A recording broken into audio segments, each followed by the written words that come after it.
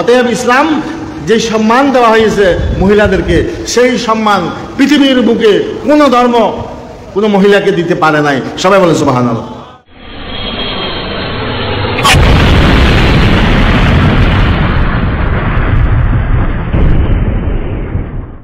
আমাদের মা বোনরা তাদের ইসলামে তো গুরুত্ব রয়েছে মহিলাদের, যেই গুরুত্ব আইয়ামে জাহেলিয়াতে ছিল না, ইসলামে মহিলাদেরকে সেই গুরুত্ব দিয়েছে। এরপরেও বদনামি করে মুসলমানদের মধ্যে মহিলাদের গুরুত্ব নাই। এরা যারা জাহেল মূর্খ এগুলো জানে না তারাই বলে ইসলামের আগে মহিলাদের কোনো সামাজিক কোনো গুরুত্ব ছিল না।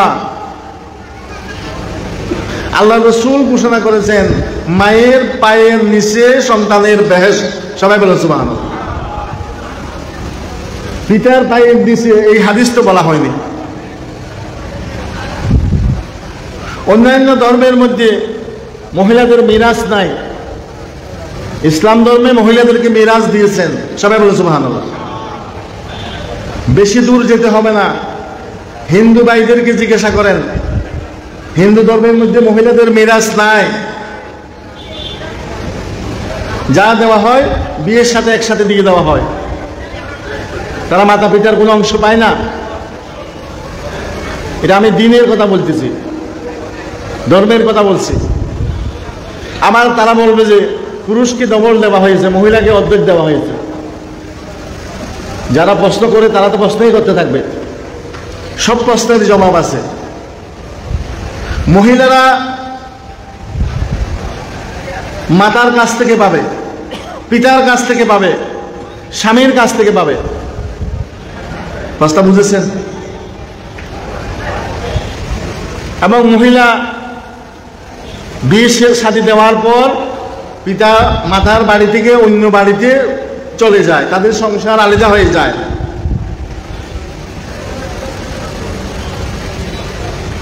এবং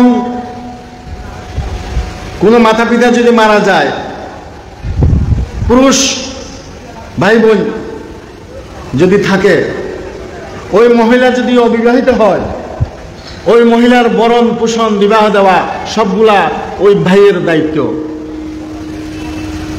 সেখান থেকে মিরাজ কমবে না, তার লেখাপড়ার বরণ পোষণ ওই ভাইকে করতে হবে।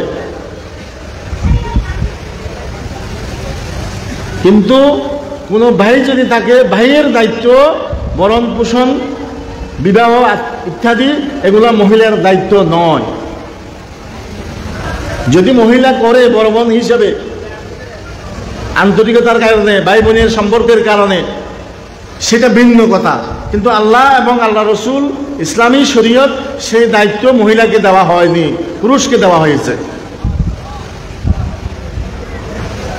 একজন পুরুষ আয় করবে, এই একজন পুরুষের আয়ের মধ্যে 10 জন মহিলা লালিত পালিত হবে। পুরুষ আয় করবে স্বামী হিসেবে, ওই স্বামীর আয়ের মধ্যে তার স্ত্রীর অধিকার হক রয়েছে। কিন্তু মহিলা যদি আয় করে, ওই মহিলার আয়ের মধ্যে স্বামীর কোনো অধিকার নাই। এখন আপনারা বলেন মহিলাদেরকে ইসলাম ঠকাইছে? বলেন ঠকাইছে? ওই মহিলা তো অর্ধেক সম্পত্তি নিয়ে আর নিজের শাশুর বাড়িতে চলে যাবে। পুরুষ তাকে ডবল দেওয়া হয়েছে, তার অন্যান্য ভাই আত্মীয় স্বজন বরণ পোষণ দেখাশোনা রক্ষণাবেক্ষণ খোঁজ খবর ইত্যাদি ইত্যাদি ইত্যাদি সব কিছু এগুলো পুরুষকে দায়িত্ব পালন করতে হবে।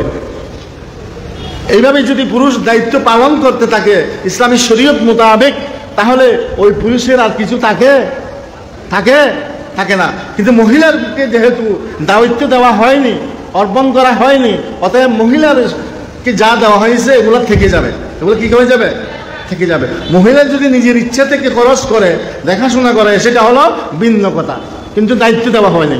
অতএব ইসলাম যে সম্মান দেওয়া হয়েছে মহিলাদেরকে, সেই সম্মান পৃথিবীর বুকে কোনো ধর্ম কোনো মহিলাকে দিতে পারে নাই। সবাই বলে সুবহানাল্লাহ। তো আমি মহিলা মাদ্রাসা, সেই জন্যে মহিলাদের দায়িত্ব নিয়ে, তাদের অধিকার নিয়ে দুই একটি কথা বললাম। অতএব মহিলাদেরকে সুশিক্ষিত করা এটা আমাদের সমাজে একান্ত দায়িত্ব, কর্তব্য। একজন মা যদি শিক্ষিত হয়, অবশ্যই অবশ্যই তার ছেলে সন্তান ছেলে মেয়ে কখনো অশিক্ষিত হবে না, হবে না, হবে না। কারণ শিক্ষার গুরুত্ব মা যেভাবে বুঝে, যেভাবে দায়িত্ব পালন করতে পারে, পিতা সেভাবে দায়িত্ব পালন করতে পারে না। অতএব